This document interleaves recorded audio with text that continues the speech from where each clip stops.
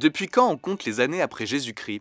En l'an de grâce 1123. Eh bien non, ça n'est pas arrivé tout de suite après la crucifixion. Il a même fallu attendre plus de 500 ans après la mort de Jésus pour qu'on commence à se repérer avec cette date en Occident. À cette époque, on ne cumule pas les années comme on le fait aujourd'hui. On se repère dans le temps avec le règne du souverain en cours. Par exemple, pour l'année 484, on aurait plutôt dit « Nous sommes la 3e année du règne de Clovis ». Mais tout change grâce à un moine romain, Denis le Petit, au 6e siècle de notre ère. Denis le Petit fait des recherches pour calculer les dates de la vie du Christ. Lui-même se repère par rapport à la fondation mythique de Rome, qui constitue à l'époque l'un des premiers points de repère historiques. Il établit la naissance de Jésus 753 ans après la fondation de la cité. Il calcule donc l'année où il se trouve, 532 après la naissance du Christ. Mais les travaux de Denis le Petit tombent un peu dans l'oubli, jusqu'à ce que 2 siècles plus tard, un moine anglo-saxon les reprenne, Bède le Vénérable. Bède se sert du repère temporel établi par le premier moine pour imaginer un système de datation à partir de la naissance du Christ. Ce système de comptage met quelques siècles à s'imposer progressivement en Europe. Cette nouvelle façon de se repérer grâce à Jésus-Christ,